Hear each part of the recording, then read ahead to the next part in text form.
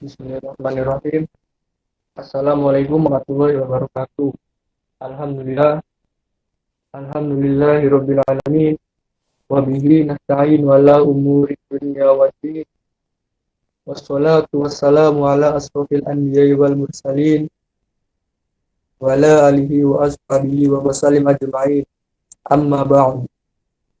Pertama-tama, marilah kita panjatkan puja dan puji syukur atas kehadirat Allah Subhanahu wa taala yang telah memberikan kita nikmat iman dan nikmat sehat sehingga kita dapat melakukan presentasi pada kesempatan kali ini.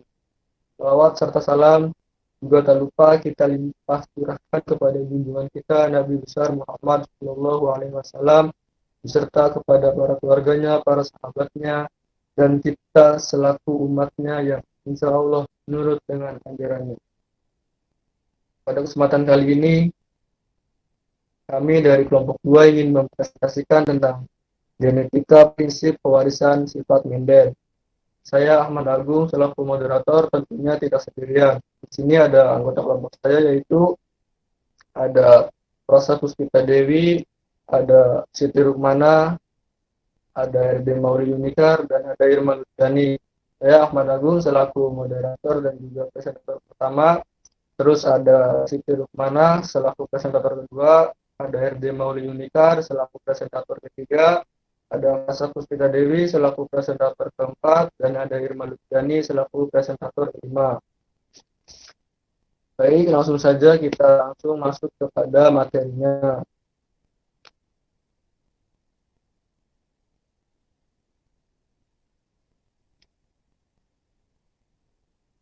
Di sini ada sedikit latar belakang tentang Johann Mendel. Gregor Mendel lahir pada 1822. Dia adalah anak dari pasangan petani yang tinggal di Eropa Tengah. Di saat usianya beranjak pada 21 tahun, dia bergabung menjadi anggota biara Katolik di kota Brunn. Di biara inilah dia mulai melakukan percobaan genetika dengan berbagai tanaman kebun. Dari semua tanaman yang dia pakai dalam penelitiannya, Johann Mendel memperoleh hasil yang memuaskan ketika dia melakukan percobaan terhadap kacang ercis. Hasil penelitian Mendel dipublikasikan di Society Proceedings 1866. Akan tetapi kurang memperoleh tanggapan dari ilmuwan pada saat itu.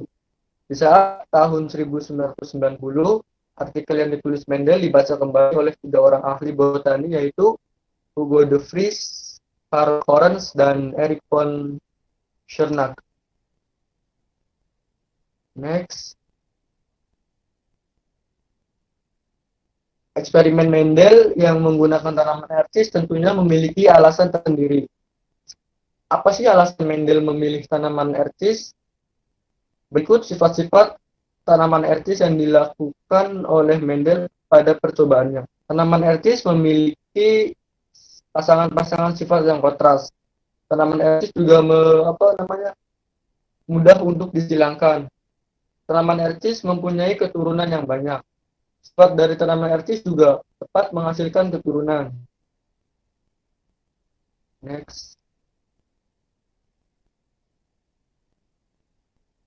Berikutnya ada sejarah singkat dari perkembangan ilmu genetika.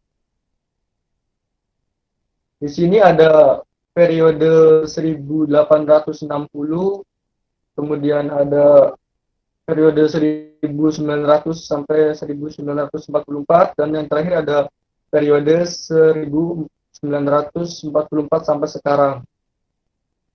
Pada periode sebelum 1860 ada penemuan yang berkontribusi perkembangan ilmu genetika sebelum tahun 1860. Di antaranya adalah penemuan mikroskop cahaya, teori tentang sel yang dipublikasikan oleh Charles Darwin dengan bukunya The Origin of Species. Sebelumnya ada Robert Hooke dengan teori selnya dan Anthony van Leeuwenhoek yang melaporkan pengamatan adanya organisasi renit, protozoa, dan bakteri. Kemudian pada tahun 1833, Robert Brown melaporkan pengamatan inti sel dan pada tahun 1839,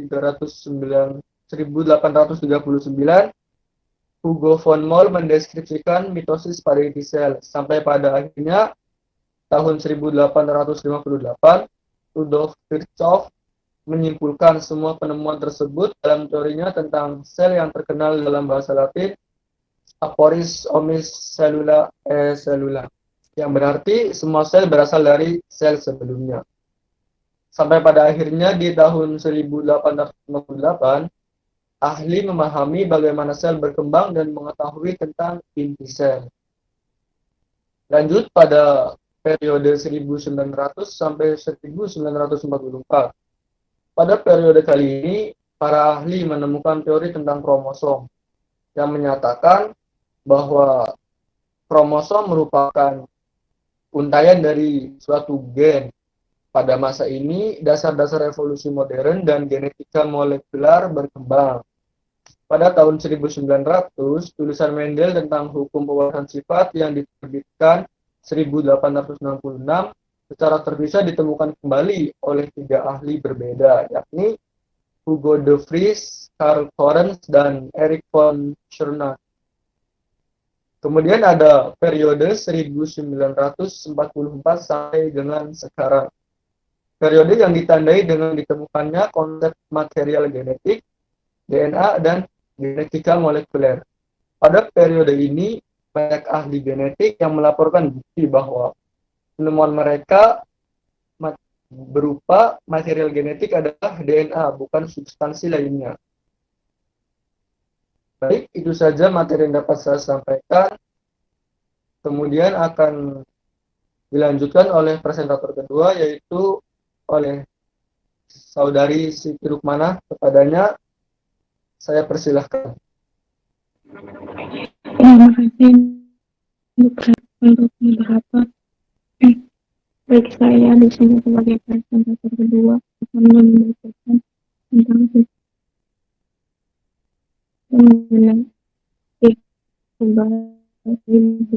Yang pertama, struktur materi genetik meliputi gen, kromosom, DNA, RNA, plasmid, eksosom, dan elemen transposable. Dan yang kedua, reproduksi materi genetik meliputi reproduksi sel, replika DNA, reverse transcription, rolling circle replication, cytoplasmic inheritance, dan Mendelian inheritance. Yang ketiga, kerja materi genetik meliputi ruang lingkup materi genetika, transkripsi, modifikasi pasca transkripsi, kode genetik, translasi. Yang keempat, perubahan materi genetik meliputi mutasi dan rekombinasi. Yang kelima, genetika dalam populasi. Dan yang keenam, perkayaan genetik.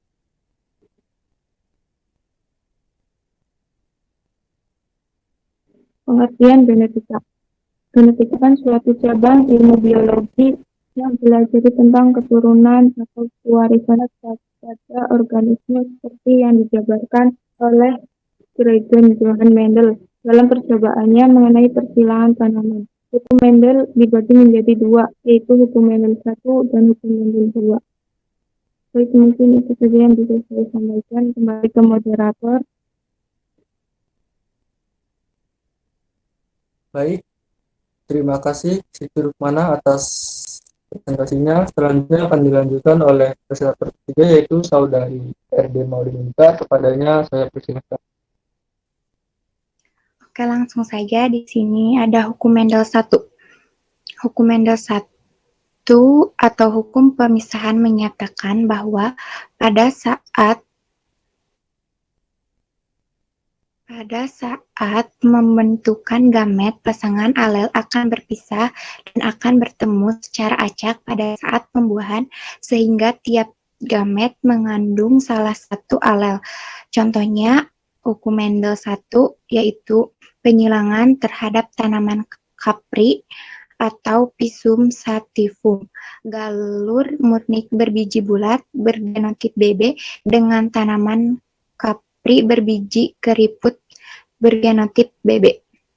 Bisa dilihat gambarnya di sebelah kiri yang menghasilkan perbandingan genotip 1 BB berbanding 2 BB berbanding 1 BB.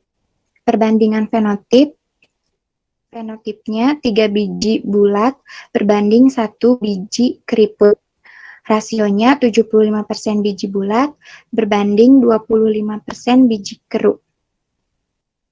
Kemudian contoh hukum Mendel 2. Mengawinkan dua kacang kapri yang memiliki dua sifat berbeda. Salah satu kacang kapri berbiji bulat dan berwarna kuning, sedangkan pasangannya berbiji kisut dan berwarna hijau. Hukum Mendel 2 atau hukum berpasangan secara bebas menyatakan bahwa pada saat pembentukan gamet, alel mengadakan kombinasi secara bebas sehingga sifat yang muncul dalam keturunan beraneka ragam. Muncul dalam asortasi adalah penggabungan gen dan alel yang mengatur suatu sifat tertentu. Contohnya, hukum Mendel 2 itu mengawinkan dua kacang kapri yang memiliki dua sifat berbeda. Bisa dilihat gambarnya di sebelah kiri yang menghasilkan perbandingan fenotip berbiji bulat warna kuning berbanding berbiji kisut warna kuning berbanding berbiji bulat warna hijau berbanding berbiji kisut warna kuning yang memiliki nilai 9 berbanding 3 berbanding 3 berbanding 1. Terima kasih. Baik, terima kasih RD Molyunikar atas presentasinya. Kemudian akan dilanjutkan oleh presentator keempat, yaitu oleh Prasa Puspita Dewi. Kepadanya, saya persilahkan. Bismillahirrahmanirrahim. Izin ya sebelumnya kepada moderator. Di sini saya akan menjelaskan mengenai jenis-jenis persilangan. Nah, persilangan di sini dibagi menjadi 4. Ada persilangan monohibrid, persilangan dihibrid, test cross, back cross. Nah, untuk persilangan monohibrid adalah persilangan dengan satu sifat beda. Maksudnya, di persilangan ini kita cuma memperhatikan satu sifatnya aja gitu. Misalnya dalam contoh bunga. Nah, bunga ini warna merah, warna putih, atau sebagainya. Terus misalnya dalam bentuk buah, ada yang lonjong, ada yang bulat, dan sebagainya juga. Nah, pada persilangan monohibrid ini berlaku hukum Mendel 1, karena pada saat pembentukan gamet kedua, gen di dalam alel yang sebelumnya berpasangan akan mengalami pemisahan secara bebas dalam dua sel anak atau gamet. Nah, yang dimaksud secara bebas di sini, maksudnya adalah pemisahan kedua gen tersebut tidak mempengaruhi atau mempengaruhi pasangan gen yang lainnya. Mendel melakukan persilangan monohibrid dengan satu sifat beda yang menunjukkan sifat dominasi yang muncul secara penuh dan sifat dominasi yang tidak muncul secara penuh atau intermediate. Dan yang kedua ada persilangan dihibrid.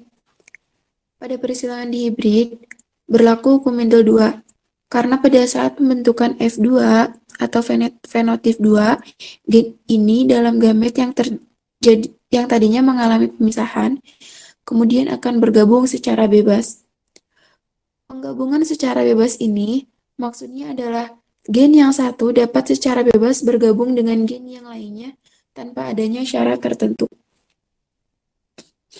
Next.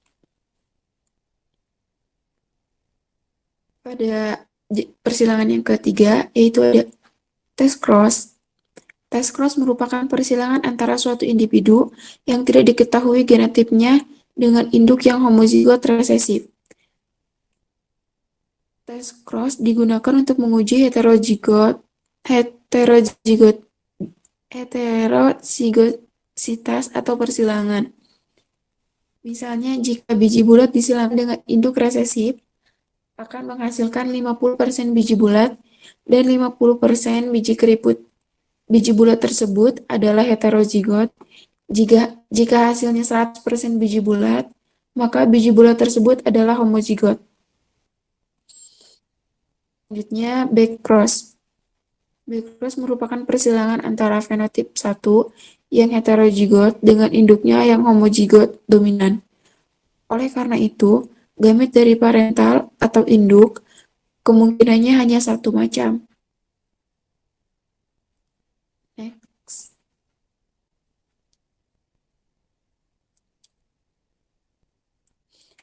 Nah, di sini kita akan menentukan cara menentukan gamet.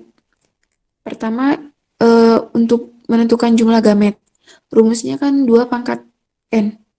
N di sini adalah alel heterozigot yang terdiri dari satu gen dominan dan satu gen resesif. Contohnya A besar dan A kecil, B besar dan B kecil, C besar dan C kecil, D besar dan D kecil. Nah, A besar di sini itu sebagai gen dominan dan A kecil di sini itu sebagai gen resesif. Contoh penentuan jumlah gamet. Misalnya A besar dan A kecil. Di sini kan ada dua ini ya, satu sukunya itu ada 2. Terus pangkat N. N itu kan ada 1 karena di situnya kan cuman terdiri dari satu apa ya namanya? N2 pangkat N1. Nah, hasilnya 2 karena N-nya itu kan bernilai 1 karena hanya memiliki satu alel. Alel heterozigot yaitu A besar dan A kecil. Nah, jadi A besar A kecil itu disebutnya alel. Terus misalnya A besar A kecil dan B besar B kecil. 2 pangkat N. Nah, N-nya itu ada 2 karena alelnya ada 2. Ada A besar A kecil dan B besar B kecil. Jadi hasilnya ada 4. Ada 4 jumlah gamet. Sedangkan untuk menentukan jenis gamet, contoh penentuan jenis gamet, A besar A kecil, gamet terdiri dari 2 jenis yaitu A besar dan A kecil. A besar A kecil, B besar B kecil. Gamet terdiri dari A besar B besar, A besar B kecil, A kecil B besar, A besar B kecil. Itu kan sama aja kayak yang jumlah gamet ya. Menentukan itu kan, yang itu kan ada 4.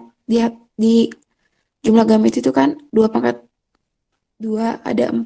Berarti nanti jenis gametnya juga ada 4 kayak yang di bawahnya gitu. Cukup sekian, mohon maaf atas kurang lebihnya. Kembali lagi pada moderator.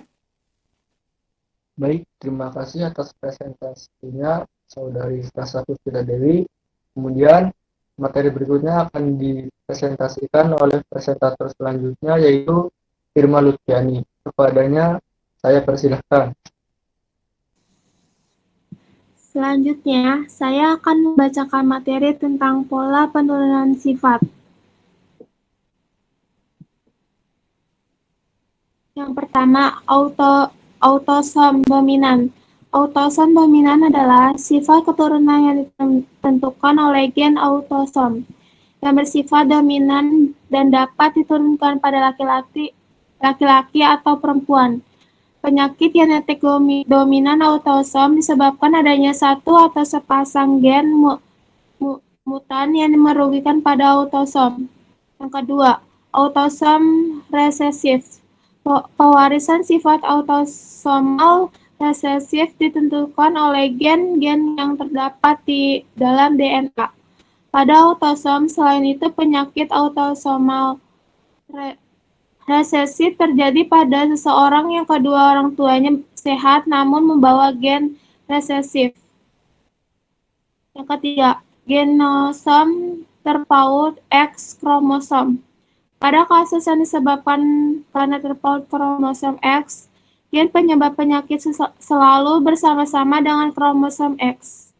Contoh penyakitnya antara lain buta warna, tidak dapat mengenali warna tertentu, hemofilia, darah sulit membeku, dan anodontia atau penderita tidak memiliki gigi.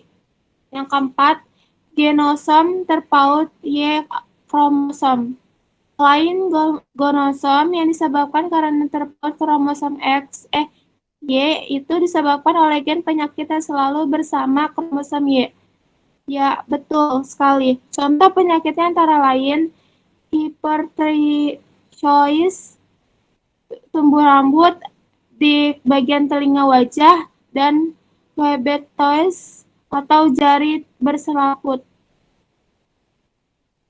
Sekian materi dari saya, kurang lebihnya mohon maaf. Selanjutnya, saya persilakan ke moderator. Baik, terima kasih Saudari Irma Nurjani atas presentasinya. Kemudian materi berikutnya akan kembali disampaikan oleh RD Mauli Yunika. Kepadanya saya persilahkan. Oke, di sini ada macam-macam penyakit keturunan pada manusia yang disebabkan oleh terpaut kromosom X, yaitu ada hemofilia. Hemofilia itu penyakit yang darah sulit membeku. Kemudian ada anonditia, penderita tidak memiliki gigi. Kemudian ada yang disebabkan karena terpaut kromosom Y, yaitu hipertrikosis, tumbuhnya rambut di bagian telinga dan wajah. Kemudian Wedwitus, jarinya berselaput yang disebabkan karena terpaut kromosom Y. Next. Di sini ada penyakit buta warna yang disebabkan karena terpaut kromosom X. Buta warna yaitu penyakit yang tidak dapat mengenali warna tertentu. Kemudian ada albino. Albino disebabkan oleh perubahan atau mutasi gen pada gen yang berpengaruh dalam produksi melanin. Cukup sekian dari saya. Kembalikan ke moderator. Baik, terima kasih RD Mauli Yunika atas presentasinya. Alhamdulillah, akhirnya kita tiba di penghujung presentasi. Kesimpulan dari presentasi kali ini tentang genetika prinsip pewarisan sifat Mendel, yaitu kesimpulan yang dapat saya simpulkan adalah pada presentasi mengenai genetika prinsip pewarisan sifat hukum Mendel dapat disimpulkan bahwa dalam pewarisan sifat Mendel terdapat dua hukum, yaitu hukum Mendel 1 dan hukum Mendel 2. Hukum Mendel 1 berbunyi bahwa pada saat pembentukan gamet, pasangan alel akan berpisah dan akan bertemu secara acak pada saat pembuahan, sehingga setiap gamet mengandung salah satu alel. Sedangkan hukum Mendel kedua berbunyi bahwa pada saat pembentukan gamet, alel mengadakan kombinasi secara bebas sehingga sifat yang muncul dalam keturunan beraneka ragam. Asortasi adalah penggabungan gen dan alel yang mengatur suatu sifat tertentu.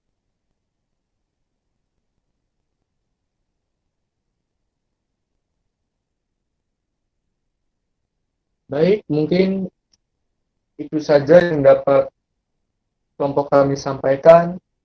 Kurang lebihnya mohon maaf. Semoga dapat bermanfaat.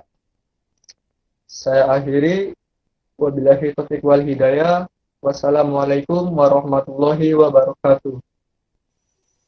Waalaikumsalam warahmatullahi wabarakatuh.